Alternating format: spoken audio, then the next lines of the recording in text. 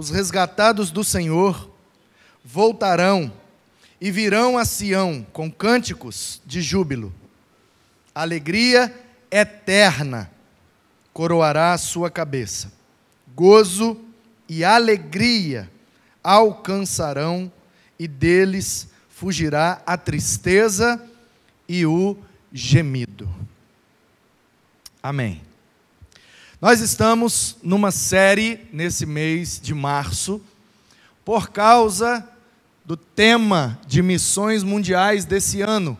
Faça a terra se alegrar. Nós, os batistas brasileiros, nós temos juntas de missões. Nós temos 3 juntas de missões convencionais, por causa da nossa convenção e da maneira como nós somos organizados. Nós temos, para cumprir a ordem de Jesus em Atos 1:8, nós temos então 4 esferas onde nós precisamos testemunhar de Jesus. Precisamos fazer missões. 4 esferas. Jesus disse aos discípulos que eles precisariam ser testemunhas em Jerusalém, na Judéia, Samaria e até os confins da terra. Atos 1:8, Jesus dá uma ordem que eu entendo ser uma ordem para a igreja dele. Vocês precisam testemunhar de mim. O que é que faz uma testemunha? Quando há lá no fórum um julgamento, como é que chama aquilo lá, Gabriel?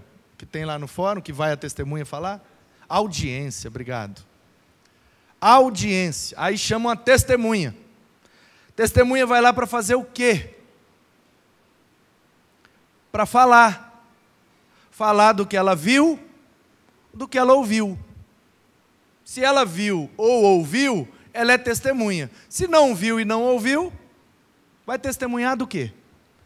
Então, essa conversa de que nós temos que ser testemunhas, temos que dar bom testemunho acerca do Evangelho, é uma conversa simples, que eu reduzo a essa figura da testemunha numa audiência. Se você não viu nada, se você não ouviu nada, você não é testemunha de nada. Portanto, só pode testemunhar de Jesus quem vê Jesus, quem ouve Jesus. E quando eu digo ver e ouvir, não estou dizendo necessariamente fisicamente. Não estou dizendo ver com esses olhos, nem ouvir com esses ouvidos. Estou dizendo perceber Jesus e, principalmente, ter Jesus como referência da sua vida. Se a voz de Jesus, através do seu Espírito, guia a sua vida, então você tem ouvido Jesus, principalmente através da sua palavra. Se você consegue ver nos atos, nas atitudes, na beleza da criação, se você consegue ver a beleza da criação e admirar, você consegue também ver a beleza do Criador. E aí você consegue ver e ouvir Jesus de diversas maneiras. Pode ser por algo natural, da natureza criada, pode ser através de uma atitude, pode ser através de uma pessoa, porque todas as pessoas são imagem e semelhança de Deus, portanto revelam Deus em algum nível, em alguma esfera, em alguma área de sua vida. Você pode revelar Deus, você pode reproduzir Deus para algumas pessoas. Não sei se você já viveu essa experiência, mas se você pratica o atributo que você recebeu de Deus por ser imagem e semelhança dele. Exemplo, Deus tem os seus atributos que são incomunicáveis, Ele não comunicou com o ser humano. Onipresença, onipotência, onisciência, soberania, infinitude, esses atributos são divinos e só divinos, incomunicáveis, ninguém é como Ele, nesse aspecto. Mas Deus tem outros atributos que são atributos comunicáveis, que Ele comunicou com a humanidade. Bondade, compaixão, graça, amor. Todos esses atributos Deus comunicou conosco, sendo imagem e semelhança dele. Portanto, se você age com graça, se você age com compaixão, se você age com amor, você está revelando Deus. E se você já agiu assim, é bem provável que você já ouviu da pessoa que foi alvo de sua bondade, de seu amor, de sua graça, de sua generosidade, de sua caridade, a pessoa dizer assim: foi Deus que te mandou aqui. Foi Deus. Você é um anjo de Deus. Eu estava precisando exatamente disso. Percebe? Como as pessoas, ao receber o atributo de Deus através de nós, imediatamente elas glorificam o Deus que comunicou o atributo. Foi Deus, você é um anjo de Deus, graças a Deus, glória a Deus, que coisa boa que você fez por mim, só pode ter sido Deus. Então, queridos, o ser humano, sendo imagem e semelhança de Deus, ele pode revelar Deus.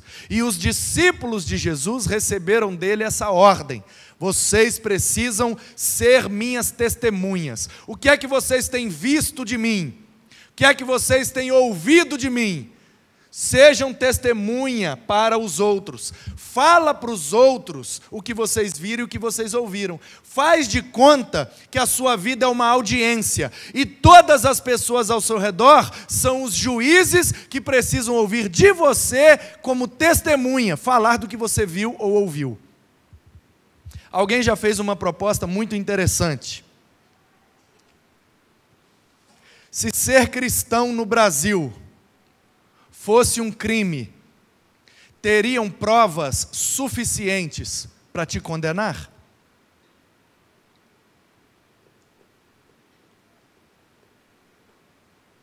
Se eu investigar a sua vida, se eu investigar com os seus vizinhos, se eu investigar com os seus familiares, se eu investigar suas redes sociais, se eu investigar a sua vida, eu encontrarei provas suficientes para te condenar como cristão?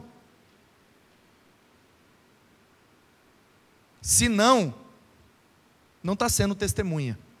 Inclusive a palavra testemunha no grego é mártir, martiria. Testemunhar no grego é martiria. Por isso, aqueles que morriam por causa do seu testemunho se tornaram mártires da igreja. Portanto, queridos, nós nos organizamos dessa forma para cumprir com a ordem de Jesus de fazer missões nessas 4 esferas. Jerusalém é a igreja local. Nossa Jerusalém se chama Guaranhuns. Aqui nós fazemos missões. Aqui a gente faz churrasco, aqui a gente dança, a gente brinca, a gente bate lata na rua, a gente sai pelas ruas, a gente faz visita, a gente joga bola, a gente vai na praia, a gente troca ideia, a gente joga basquete, a gente faz um monte de coisa. Projeto social, ação social, a gente dá comida, dá remédio e leva para o médico, e traz, e busca, e leva, e ouve, e atende, aconselha, e visita. E tudo que a gente faz aqui ao nosso redor são as nossas missões locais, para cumprir a ordem de Jesus na perspectiva da nossa Jerusalém. Mas nós temos também a nossa Judéia, que é o Espírito Santo. É a macro-região em que nós vivemos, o nosso estado. Então nós temos a junta de missões estaduais. Aqui em nossa convenção do Espírito Santo se chama MEVAM, Ministério de Evangelismo e Missões. É a nossa junta de missões estaduais. Tem um coordenador, nós mandamos as ofertas, isso é administrado para gerenciar o avanço do Evangelho, missionários e construção de templos e compra de terrenos, tudo pensado estrategicamente para avançar o Evangelho na Judéia, que é o nosso estado. Mas nós temos também a nossa Samaria, que é o Brasil, o país em que nós vivemos. E aí nós temos a junta de missões nacionais, que vai estrategicamente receber as ofertas, administrá-las, gerenciá-las, para que o Brasil seja alcançado com a eterna alegria.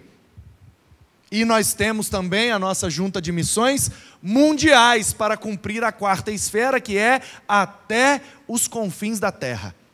Portanto, Jesus falou que a gente tinha que fazer missões nos 4 lugares: Jerusalém, Judéia, Samaria e confins da terra. Nós, os batistas, cumprimos isso de que maneira? Missões locais, estaduais, nacionais e mundiais.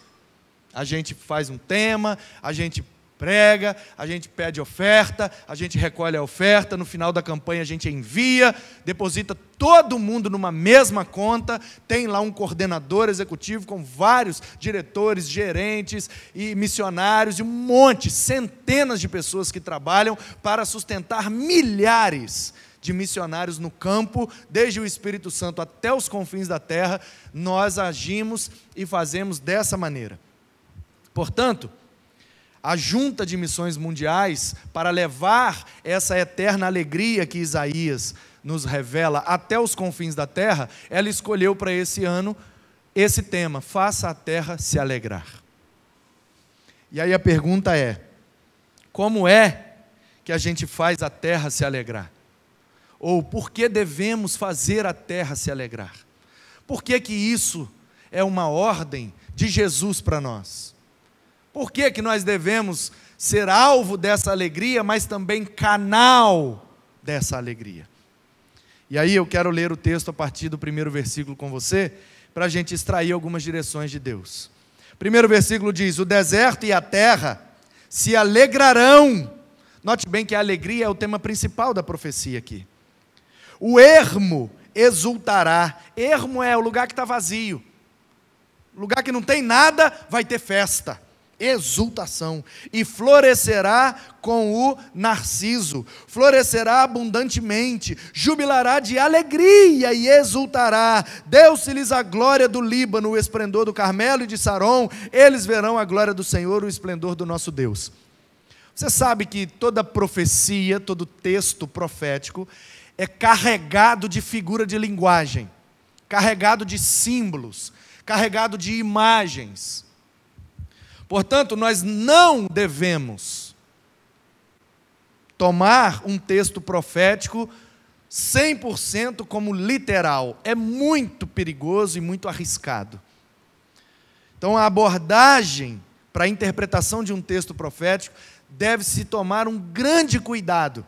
Um cuidado hermenêutico, um cuidado literário, um cuidado linguístico, um cuidado contextual.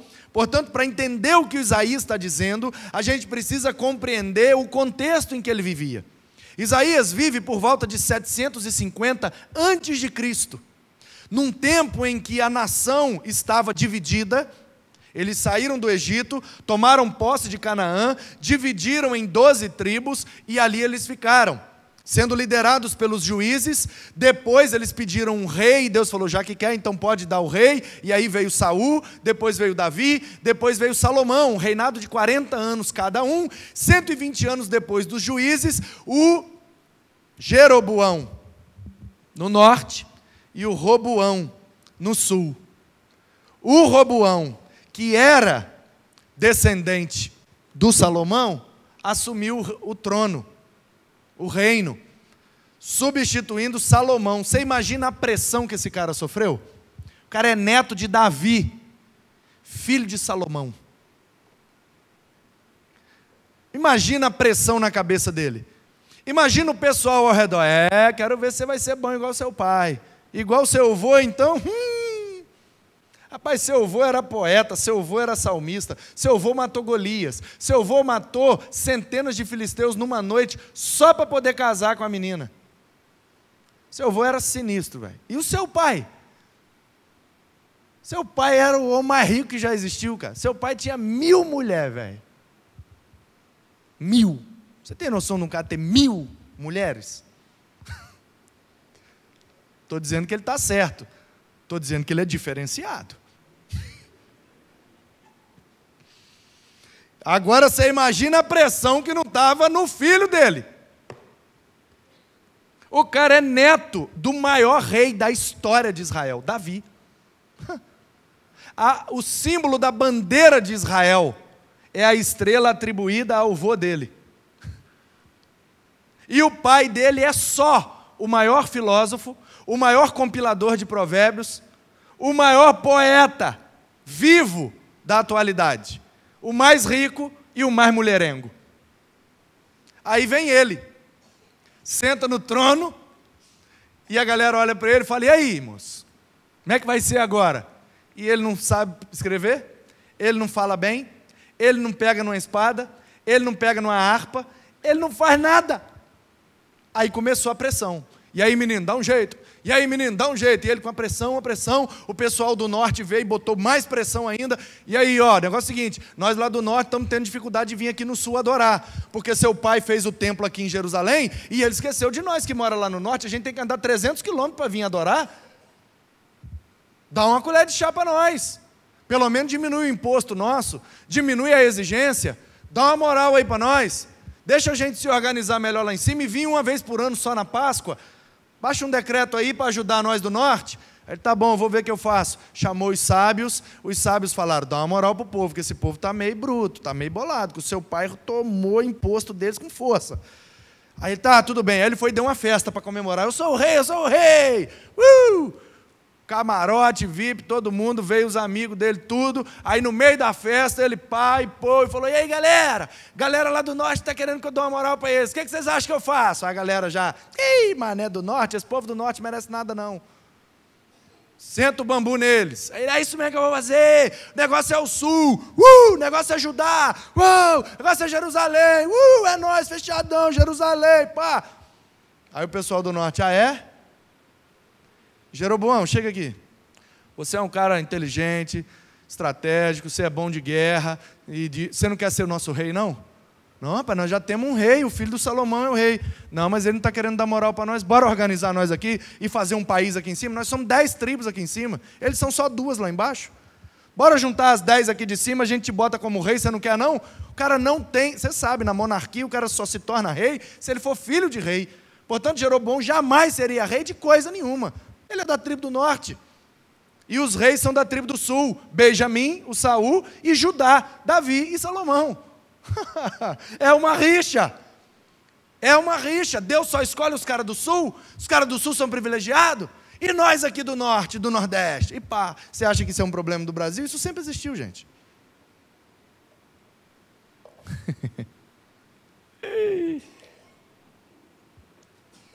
Bora que eu tenho que acabar.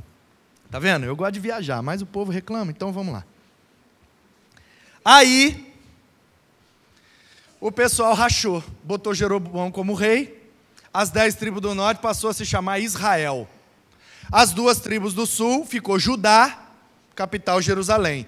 Israel, capital Samaria. Rachou, pum, dividiu. E Jesus já disse que um reino dividido não prospera. Um povo dividido não vai para frente. Divisão. Eu tenho uma visão, você tem outra, dividiu. E Deus só trabalha com união. Por isso que o sistema de governo de Deus é teocracia, é Ele que manda, ou é monarquia, é um só liderando. Por quê? Porque muitas vozes confundem o povo. Muitas vozes é anarquia. Cada um é líder de si mesmo. Faz o que você quiser. Espera, daqui a 6 meses a gente conversa o tamanho da tragédia. Portanto,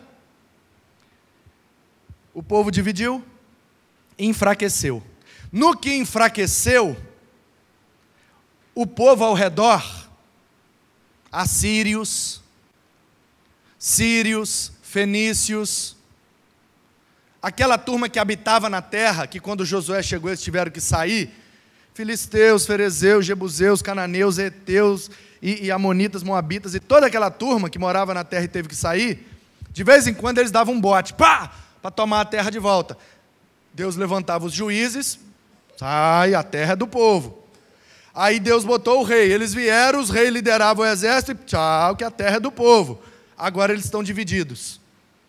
Se eles estão divididos e a gente invadiu o sul, a galera do norte está bolada com a galera do sul. Se a gente invadir o sul, ninguém do norte defende eles. Opa, agora é nossa chance. E o pessoal lá do norte entendeu, ó, a turma do norte está enfraquecida, porque a força do povo estava lá no sul, porque o palácio é lá no sul, o templo é lá no sul, e toda a adoração e Deus se manifesta lá no sul. Então a força deles está no Deus deles, e o Deus deles concentrou a força lá no sul. Bora atacar o norte, que a galera do sul não vai mais ajudar o norte. 1, 2, 3, e aí prepara que vem chumbo grosso. E é exatamente o que aconteceu. Ataques de todos os lados, E aí o povo começou a fazer aliança. Aí o rei da Síria se uniu com o rei de Israel e com o rei da Assíria, e foram fazendo, entendeu? Conchavos, e foram se aliando, e aí tentaram de um jeito, não deu certo, aí então bora fazer uma aliança nós aqui, bora invadir, que se a gente tomar conta, a gente bota o filho do fulano lá e tal, tal. Isaías, capítulo 7, 8, 9, vai contar exatamente essa história. O povo ao redor estava se organizando para tomar a terra de Israel. Por quê? Porque essa terra mana leite e mel. Isso é Canaã, meu filho. Isso aqui, você joga assim, ó, antes de cair na terra já brotou, já está dando fruto. É muita água, é muito verde, é muito lindo. A gente aqui daqui, influenciado pela mídia, acha que lá só tem deserto e tiro, porrada e bomba. Você não sabe nada. O negócio lá é maravilhoso. Está no coração do crescente fértil. As terras mais produtivas do planeta estão lá naquele lugar. Por isso que dá tanta briga lá.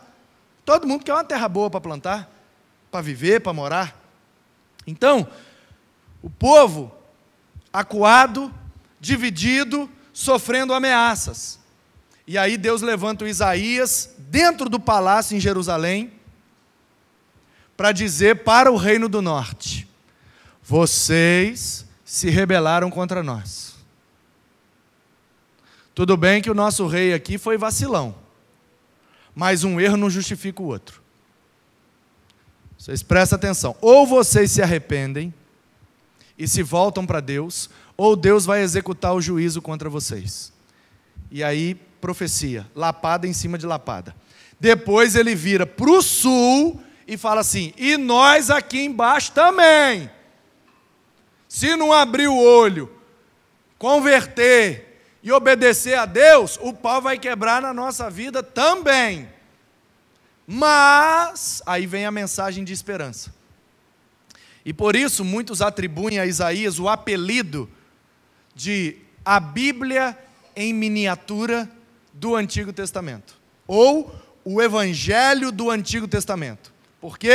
Porque Isaías, não sei se por coincidência ou não, tem 66 capítulos, o número exato dos livros da Bíblia. E Isaías é o profeta mais messiânico de toda a história de Israel.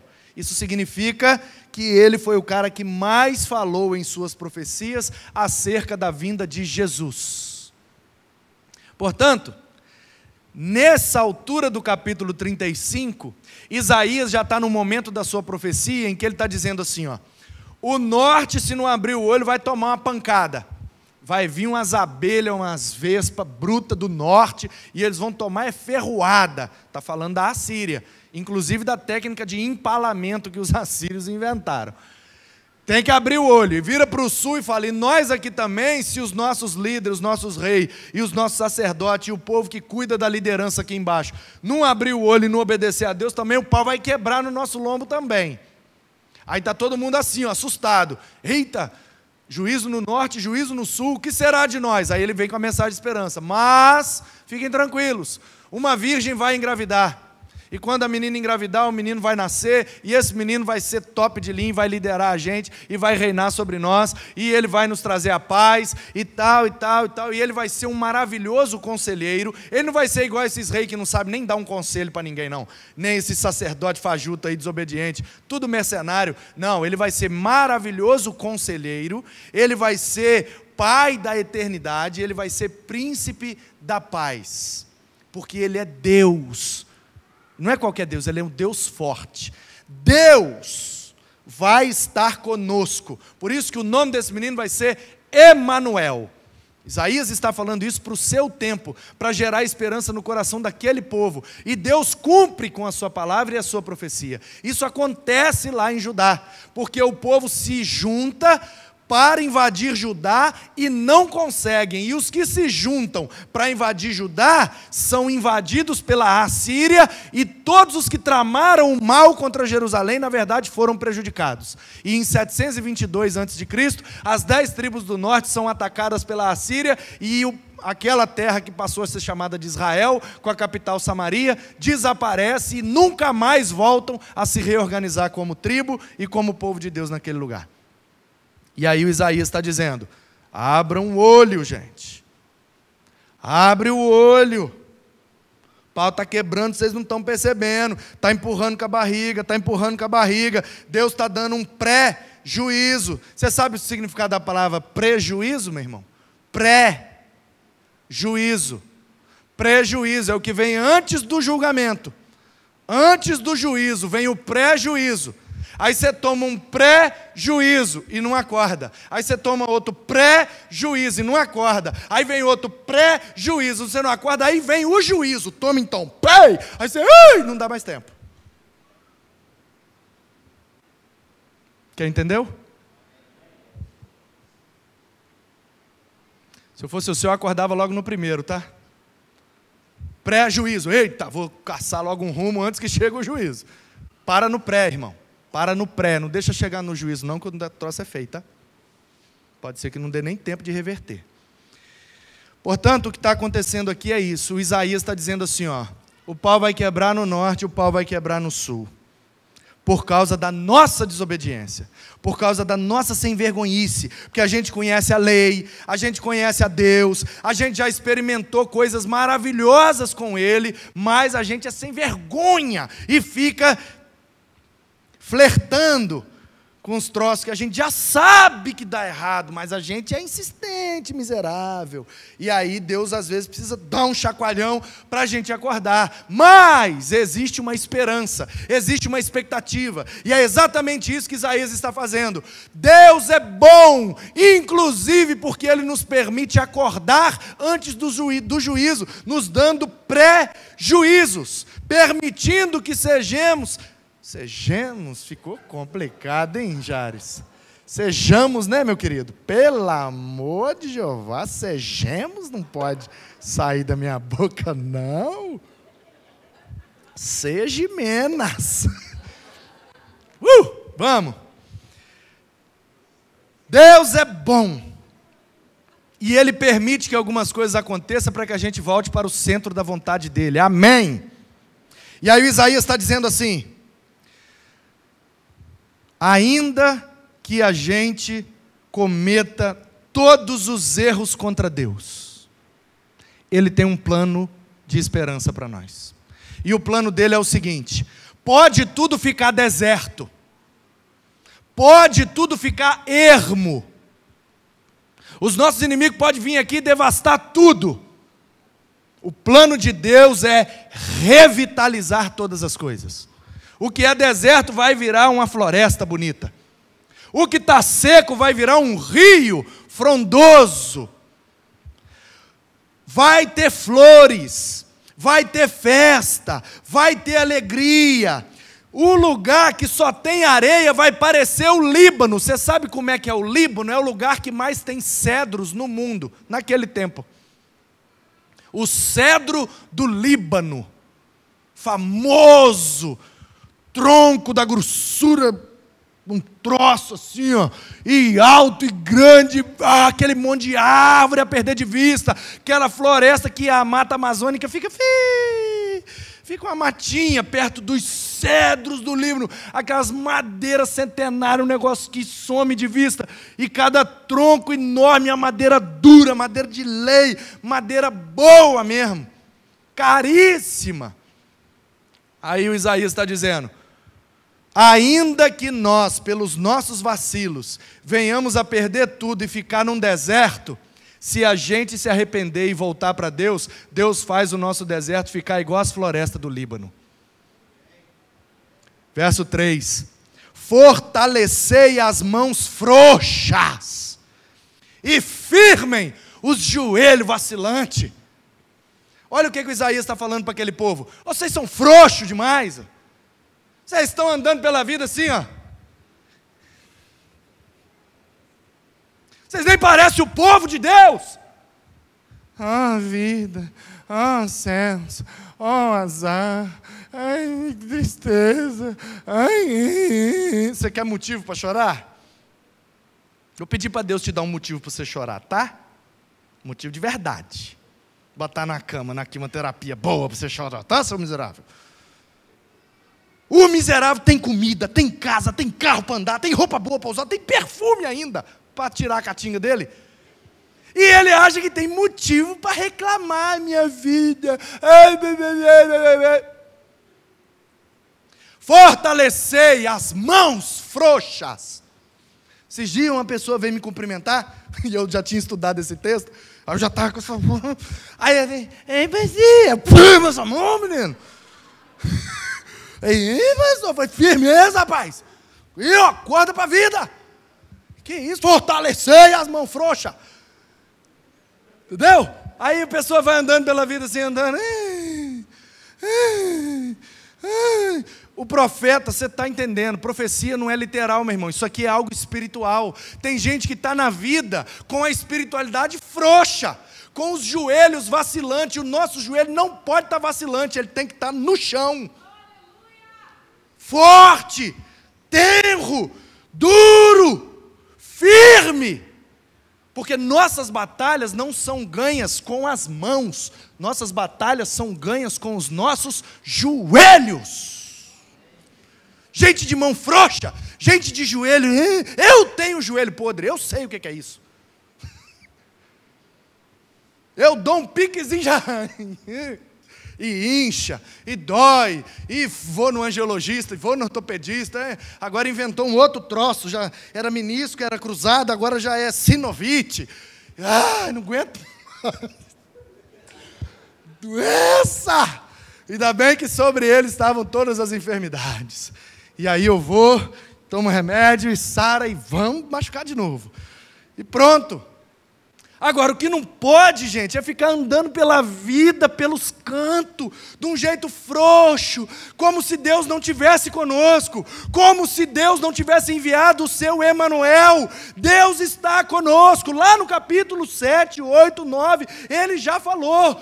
Deus é conosco, Emanuel, Ele é o maravilhoso conselheiro, o Deus forte, o Pai da eternidade, o príncipe da paz. Ele está conosco, Ele está do nosso lado. Os inimigos estão se juntando contra nós, mas eles é que vão receber o que planejam contra nós.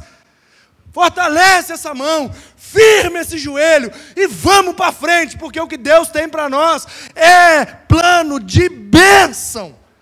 Se está deserto, vai ter árvore. Se está triste, vai ter festa. Por quê? Porque Ele está vindo.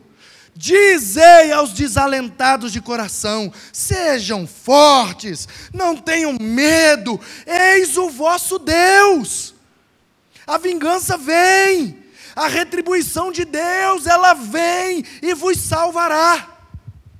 E eu vejo tudo isso aqui claramente apontando para Cristo, queridos. Como é que o nosso deserto fica florido? Como é que a nossa sequidão fica abundante? Como é que a nossa tristeza vira alegria? Porque Ele veio, porque Ele é o Messias. Eis o vosso Deus, Jesus de Nazaré, o Emanuel, Deus conosco. Ele veio, portanto, alegrem-se. Bota um sorriso no seu rosto. Grandes coisas fez o Senhor por nós, pelas quais nós estamos alegres. Você procurar motivo para chorar, você vai achar um monte de coisa. Cabelo inflamado, a unha encravada, não sei o quê, cabelo está caindo, a barriga está crescendo.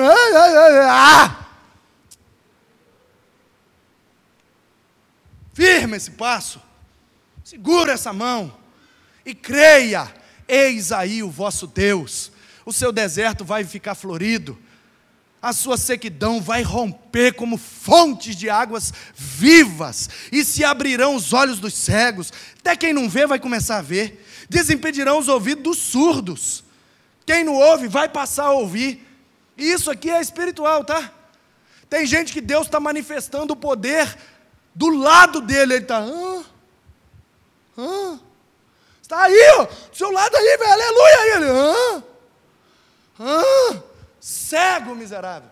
Tem outros que são surdos, Deus está falando, bradando, brau, brau. Aí tem gente que, eita glória. E tem outros que, qual é a diferença? É que um está ouvindo e o outro não. Gente surda. Surdos para Deus. Ouve muito bem as fofocas que são faladas, mas a voz de Deus ele não ouve. Mas eu creio que em Jesus ele vai ouvir. Porque o evangelho vai sacudir o tímpano espiritual dele e ele vai entender qual é a vontade de Deus. E a vontade de Deus é essa: que os cegos possam ver, que os surdos possam ouvir, que os coxos possam saltar como servos e a língua dos mudos vai cantar. Aleluia! Águas arrebentarão no deserto e ribeiros no ermo, a areia embraseada, olha que figura linda. Esse povo mora lá e depois do Vale do Jordão para cá tem deserto e para lá também, depois da montanha do Transjordânia. Então esse povo está acostumado a caminhar em areia, pegando fogo, gente. É o que está dizendo aí no versículo 7, a areia esbraseada. A gente pisa na areia, parece brasa quente. Quando a gente precisa fazer um caminho longo, a gente anda e a areia é quente. A gente mora aqui na beira da praia e está acostumado com 10 passinhos desse jeito. Porque a gente entra na areia assim, aí já chegou na água, tranquilo. Imagina esse povo que tem que caminhar 200, 300 quilômetros desse jeito. Aí o que é que Isaías está dizendo? Quando a alegria, quando a eterna alegria de Deus invade o nosso ser, a gente não sente mais nem o calor da areia, porque tudo que é quente se transforma em lagos, e a terra sedenta em mananciais de águas, onde outrora, não é possível, vocês não estão entendendo, gente, onde outrora viviam os chacais, crescerá a erva com canas e juncos, e ali haverá um bom caminho, caminho que se chamará o caminho santo de Deus. E aí 750 anos depois vem um cara lá nesse mesmo lugar dizendo assim: eu sou o caminho. Vocês querem que o deserto de vocês fique florido? Vocês querem que a tristeza de vocês se torne em alegria? Vocês querem ter uma vida boa e abundante, plena? Vocês querem transformar essa realidade cruel, onde antes viviam os chacais? Chacal, que é bicho, um lobo misturado com hiena, misturado com um capeta, sei lá o que é aquilo. Um bicho feio da desgrama que só quer comer as carnes. Chacal escarnecedor. Escarnecedor, a palavra escarnecedor no hebraico é a mesma palavra para chacais. Porque eles comem as carnes. Já viu gente assim? Já viu gente assim que não pode ver um defunto que já quer escarnecer as carnes?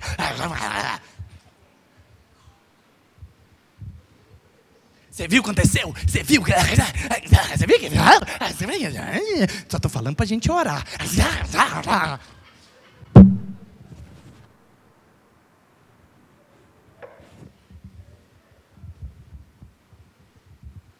Faça a terra se alegrar, meu irmão.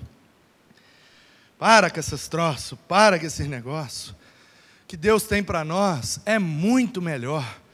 O que é que você prefere? Uma terra deserta? Uma areia quente fervendo com um bando de chacais comendo o resto mortal de animal que morreu? Imagina a cena, olha que filme de terror, olha que ideia disso, gente. Uma areia pegando fogo, uns cadáver de boi, de vaca, de bicho caído, aqueles bandos de animais, sangue escorrendo, e aquele sol quente, e você não vê uma árvore, você não vê uma flor, você não vê nada, um ambiente completamente inóspito. Ou uma floresta como a do Líbano, cheia de cedros, uma grama verde como a de Saron, e lá em Saron tem muita flor bonita, tal da rosa lá de Saron, coisa linda, e todas aquelas flores. Saron, lugar florido, gente. O que é que o profeta está dizendo? Existem dois tipos de ambiente: o ambiente deserto, inóspito, onde habitam os chacais, e um ambiente florido, arborizado, com águas, um ambiente literalmente refrigerante, que refrigera a nossa alma, que dá a gente uma paz, que dá vontade de fazer uma selfie. Olha, tira uma foto aí, vou fazer um story, que coisa linda, gente. Olha essa árvore, tira de baixo para cima, faz aí um par e tal, e a gente fica ali, sente uma paz, sente coisa boa. É isso que o profeta está dizendo. A nação de Israel está vivendo como um deserto, um bando de chacais, fazendo alianças, escarnecendo e boicotando as coisas. Mas o que eu tenho para vocês é uma floresta, é um lago, são rios, são flores, é um negócio colorido, bonito, alegre.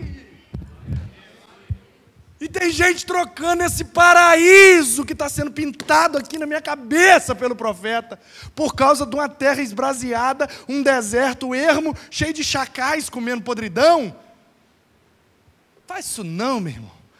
Pega o que Deus tem para você, e o que Deus tem para você é o paraíso. Não é esse ambiente aí, o Walking Dead, não, gente. E para ir para esse lugar, tem um caminho. E só tem um caminho. E o caminho é Jesus. O imundo não passa por esse caminho, pois será somente para o povo de Deus. Quem quer que por ele caminhe, não errará, nem mesmo o louco.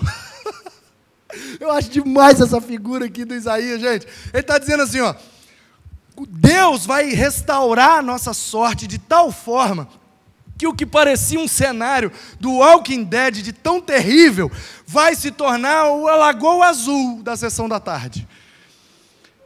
E se você for povo de Deus, se você for crente em Jesus, o caminho que leva do deserto feio do Walking Dead para a Lagoa Azul da sessão da tarde é um caminho só. Mas depois que você entra nesse caminho, ele é um caminho tão fácil, tão bom, tão tranquilo, que mesmo que você for doido, sem direção, GPS na cabeça, você não consegue errar. Porque o caminho te leva. Mesmo que você for doidão e ficar... Aí você bate num cedro assim, você... não, é para cá. Vai dar lá. Mesmo quem for doido. Mesmo quem for doido. Não é o que está escrito aí, gente? É ou não é? É ou não é, gente? Eu estou lendo Bíblia?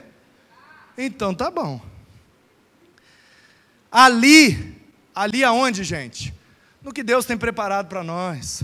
Ali no ambiente da alegria. Ali na Lagoa Azul. Ali onde tudo é feito por Deus e preparado. Ali não haverá leão rugindo, bramindo para devorar nós. Animal feroz não passa ali. Ali não tem ataques. Ali não tem perversidade, ali não tem agressividade dos selvagens. Não, ali é tudo doméstico, ali é tudo domesticado. Não se acha ali nada disso, mas os remidos andam por esse caminho. E esse caminho não tem perigos. É o que ele está dizendo. Porque às vezes você sair de um lugar desértico, lá onde eles moravam, para chegar num oásis desse assim, você tinha que passar por uns caminhos, enfrentar uns leão, umas cobras, uns bichos selvagens que te atacavam. E ele está dizendo assim, ó, quando a gente estiver no caminho certo, que é Jesus, não precisa nem ter medo de ataques não, gente. Ter medo de ataque. Porque a Bíblia diz assim, ó, o diabo anda ao derredor, bramindo como um leão, buscando a quem possa tragar. Ao derredor, porque ao redor está o anjo do Senhor. Meu irmão. Fica lá, ó. O anjo está aí, é anjo no singular mesmo, lê direito. O anjo do Senhor está ao redor aí. Ao derredor, para trás do anjo. Porque só se o anjo liberar que ele dá uma... Aí a gente vacila, aí Deus dá no anjo lá assim, ó, dá uma brechinha, só pem, acorda, menino. E aí ele fica lá, ao derredor. A melhor definição que eu já ouvi de diabo foi de um pastor genial que diz assim, ó, o diabo é um pitbull na coleira na mão de Jesus. De vez em quando Jesus faz com ele assim, ó, só para te dar um susto e você acordar para a vida. E aí, a gente vai passar por esse caminho, o caminho vai dar lá na Lagoa Azul, na eterna alegria que Deus tem preparado para nós. Mas tem gente que anda pelo caminho com medo dos ataques, né, dos selvagens, que tem uma turma aí que é selvagem, né, que ataca de vez em quando. Mas aí, o profeta está dizendo assim, ó, não precisa ter medo. Não precisa ter medo. Por quê? Porque toda selva tem um rei, meu irmão. E ainda que tenha uns leão rebeldes, já viu o Scar? O Scar é um leão. Quem pegou a referência, pegou. Mas tem o Mufasa, né? E tem o Simba, né? E o Scar também é leão, mas ele é o leão selvagem, que quer atacar, que quer fazer o mal. Mas tem o leão que é o rei, rei por direito, rei por autoridade. E meu irmão, em Judá, que é o lugar da profecia do Isaías, só tem um leão que reina. O leão da tribo de Judá.